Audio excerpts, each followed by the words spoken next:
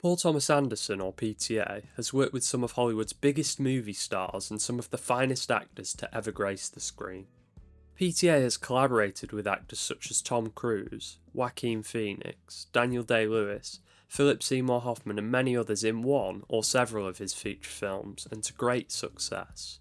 One of the most remarkable things about PTA's filmography is that not only has he collaborated with great actors, but their respective performances in his films are some of the best work they've ever produced. Is Magnolia Tom Cruise's greatest ever performance? Could Daniel Day-Lewis's turns in either There Will Be Blood or Phantom Thread be his finest work? Are the performances of Phillip Seymour Hoffman and Joaquin Phoenix in The Master their best work? In all of these cases, I think the answer could easily be yes, which made me wonder how exactly PTA gets the performances he does. What is it about his way of working that nurtures such extraordinary acting? Film school was never an option. It seems to me to be a waste of time and a waste of money, in all honesty, really. I mean, certainly I had a leg up in that I was born and bred in Los Angeles, where, to get a job on a film set is, just as easy as, I don't know. And then Detroit getting a job working for an auto company. Exactly. So I did have a leg up there, it surrounds you. But, my film education really came from watching other movies, Growing up in the San Fernando Valley, the location of many of his films, PTA aspired to become a filmmaker from a very young age. His father, Ernie Anderson, was for a time the voice of ABC, and a respected media figure in his own right, and he encouraged Paul to become a writer or a director. As I work, I direct myself. I don't just sit there and flap my mouth. A strong portion of it is the voice, of course, The fact that I can say winds of war, PTA did attend film school but dropped out after just 2 days when he realised that the school wasn't the right fit for him. I enrolled in NYU, and I went there for literally 2 days. What happened was I walked into this class, and this teacher said, if anyone is here to write Terminator 2, just walk out. Just get out of the door. And I thought, well, that's just not a good way to start. What if I do want to write Terminator 2? What if someone sitting next to me wants to write? He was sort of instantly saying, we write serious films here, Terminator 2 is a pretty awesome movie. PTA has never been particularly shy of sharing or showing his influences.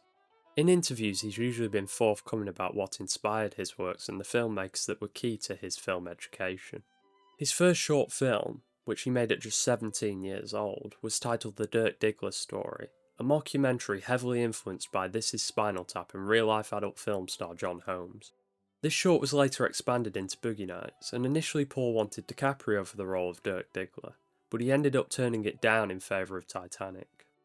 I was in my mother's living room, and I'll never forget I was on a couch, and he brought a laser disc of Raging Bull and a video cassette of pornography. And he said, I want to do the Raging Bull of pornography.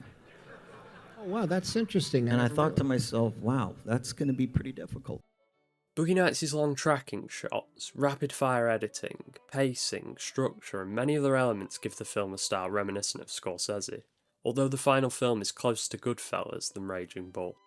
PTA's style has evolved throughout his career, and his earlier works are certainly more derivative than his later works, which is common amongst artists, as it takes time to find one's own voice. However, no matter where you look in PTA's early career, you're likely to see some influence from Robert Altman.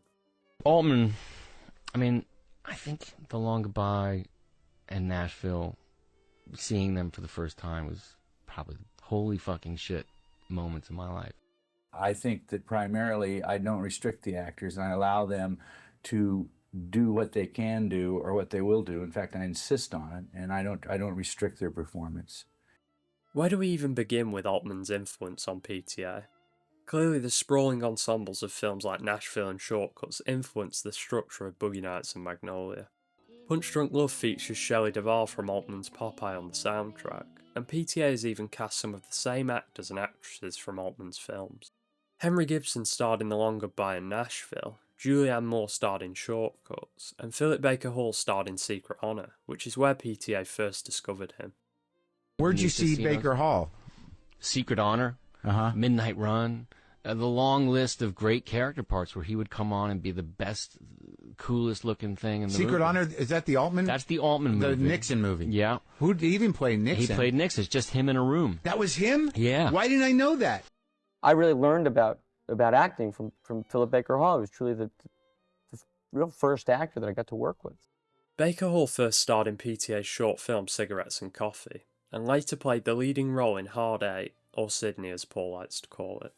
I don't know if PTA ever discussed Altman with Baker Hall, but there are definitely similarities with how they direct actors.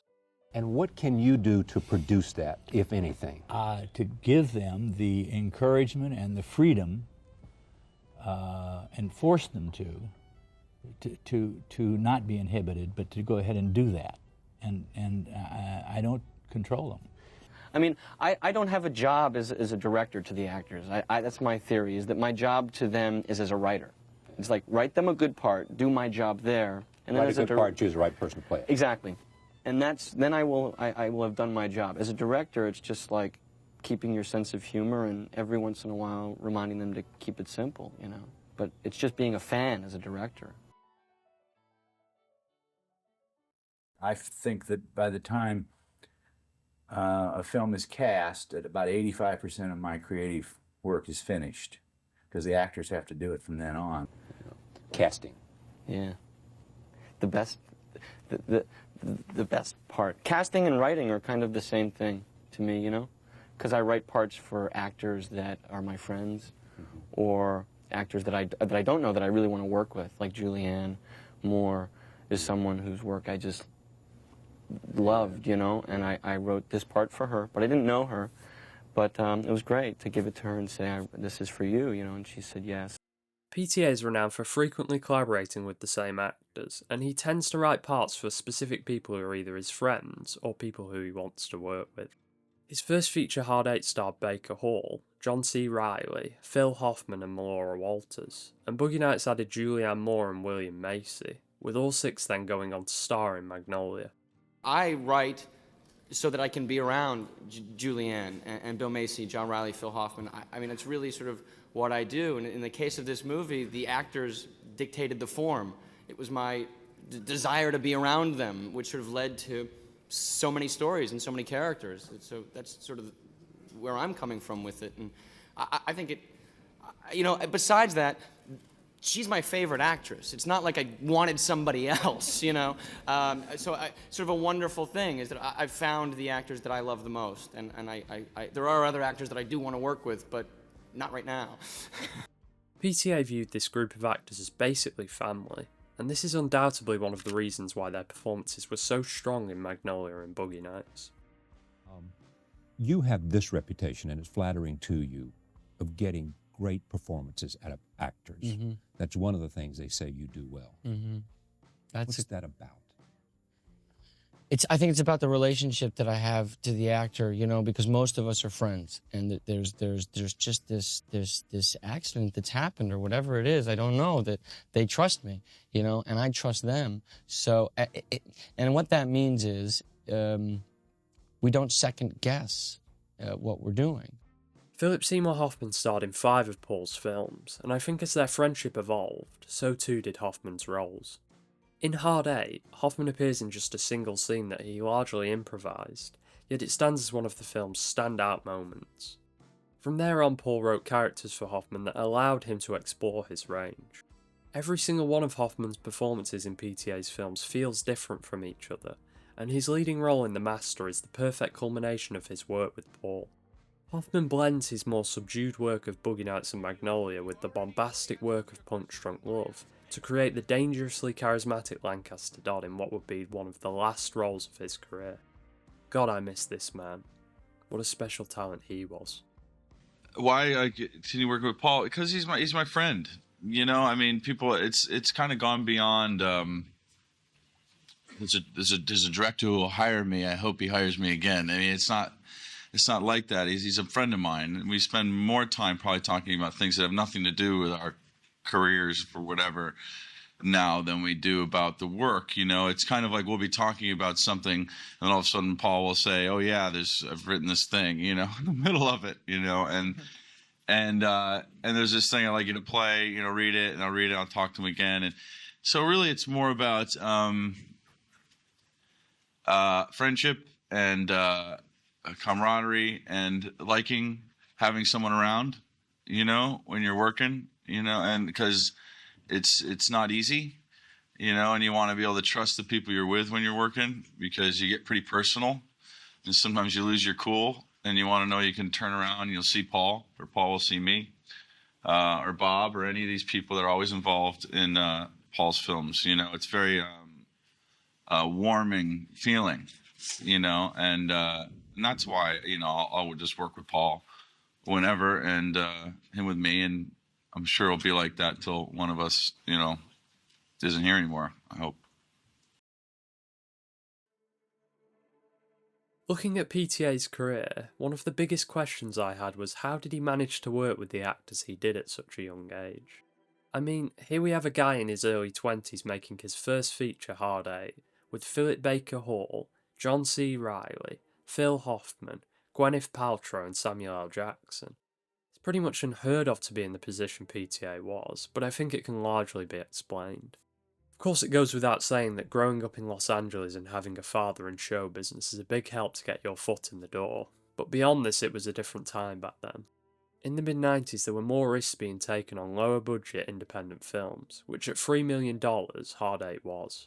John C. Reilly and Phil Hoffman were in the infancy of their careers, Baker Hall had a relationship already with Paul, and Gwyneth Paltrow's and Samuel L. Jackson's stars hadn't quite risen yet from Seven, which was released in late '95, and Pulp Fiction, which opened wide in late '94.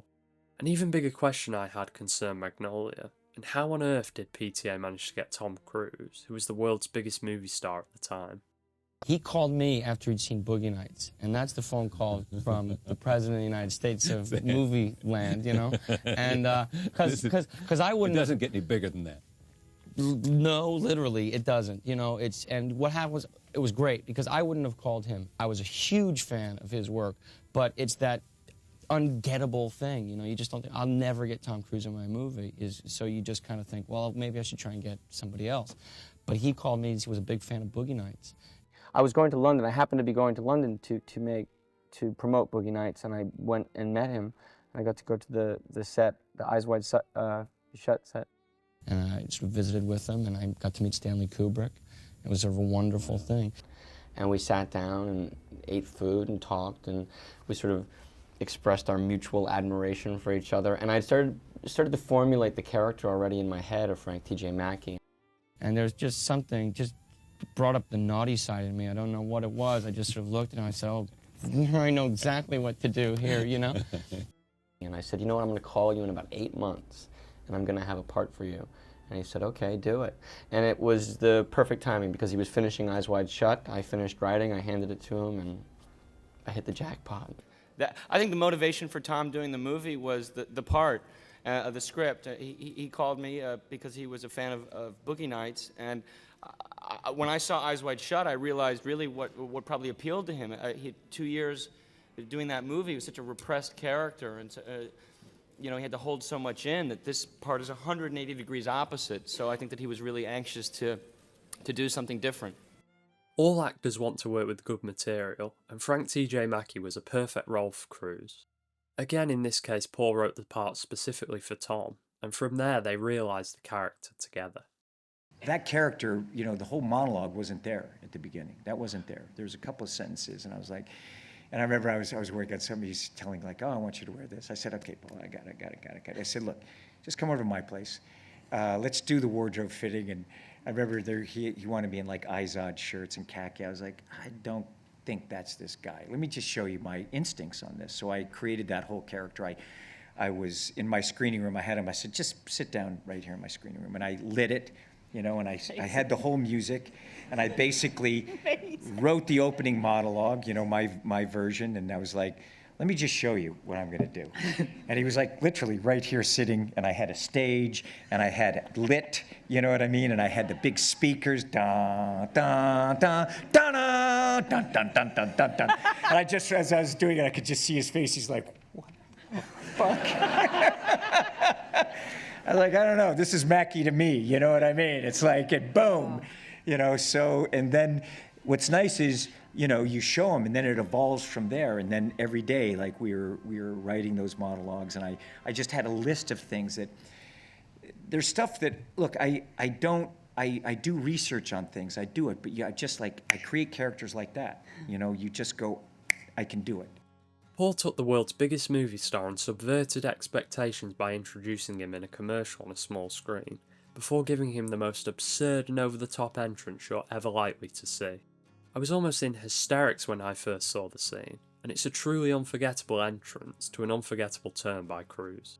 Mackie makes full use of Cruise's charm, bravado and physicality before slowly peeling it away to reveal the person underneath all of that, and the trauma that informs so much of how he is. The parallels between Tom's own relationship with his father and Mackie's in the film have been well documented, and I can definitely feel a vulnerability to Tom's performance that he has rarely shown in any of his other films. I know many people highlight the catharsis scene as the standout scene, but I think the interview sequence is equally as impressive. I love how the interviewer played by April Grace so subtly dismantles his lies, and the way Tom reacts to it all. I'm quietly judging you. Tom Cruise is the man. He really is. He's a pretty amazing individual. For There Will Be Blood, PTA again wrote the role of Daniel Plainview for Daniel Day-Lewis, but for Phantom Thread, both Daniel and Paul worked in a way they never had before. It would be foolish to just take like a year and write by myself. When I'm writing something for him, I have to sort of take him and we have to sort of sit in the same room together and really work together. And he probably should have some kind of co-writing, you know, credit, but he, you know. Paul wrote Phantom Thread alongside Daniel, and they built the character of Reynolds from the ground up. Daniel is usually reluctant to talk about how he prepares for his roles, but I think it's a testament to Paul again as a collaborator that Daniel was willing to work with him in this way. It was a very smart way to work practically, because there was so much Daniel needed to get going on to sort of learn how to do in terms of the preparation, in terms of sewing and draping and all that kind of stuff. So that we were working simultaneously on many different fronts, just to not waste any time, to get into it. And there was so much to do, and I think both of us always feel like there's never enough time. So it was good to just get going. During his public criticisms against commercial television and the insertion of adverts in the middle of movie scenes, Federico Fellini remarked, "Don't interrupt an emotion." These long, complicated tracking shots are really fun to do. There's something great. I think the actors love them. You know, movie acting is so sort of pieced up and chopped up, you know, that they don't really get a chance. Very rarely is action called, like kind of like being on stage. Action is called, you know, the curtain comes up and like 3 or 4 minutes later, their scene happens, you know, which is kind of fun for them, you know, to really act something through and let it breathe and let it happen. The average shot length in Hollywood has declined dramatically over the years, to a point where the average shot length now is estimated to be around 2 to 4 seconds. PTA defies this trend with an average shot length of around 11 to 13 seconds, which gives his shots and, more importantly, his performances time to breathe. How important is the actor to you? That's number one, and everything else underneath. The form of a film is integral to the emotional experience we have, and PTA is fully aware of this. Every decision he makes, from editing to blocking, is in service of the performance and the actor, which is another reason why the performances he captures are as special as they are. Actors who know what the job is and what their art is, so that they put themselves out there. These are very, very noble people. They stand out there and take their clothes off, if you will, and stand there and say, "This is me." And they're out there naked. Yeah. And it isn't easy. I can't do it. I couldn't do it. Yeah. But you didn't really want to act at all, did you? No. You've never wanted to act? No. Because? It's too hard. And you respect it? Yeah, it's the hardest job in the whole world, I think, you know, and I don't know how they do it. I really don't, you know. That's why I just sit back and just let them do it. And I have too many friends who are actors who would really kill me if I ever tried, you know. I would really be killed. PTA reveres actors and what they do. He trusts them implicitly and feels his main job to them is as a writer. He creates a safe environment where actors are free to be vulnerable and do their job, without unnecessary overreach from the director. This creative approach, combined with the talent PTA has collaborated with, has resulted in extraordinary performances that are hard to believe. But it did happen, and aren't we all so lucky?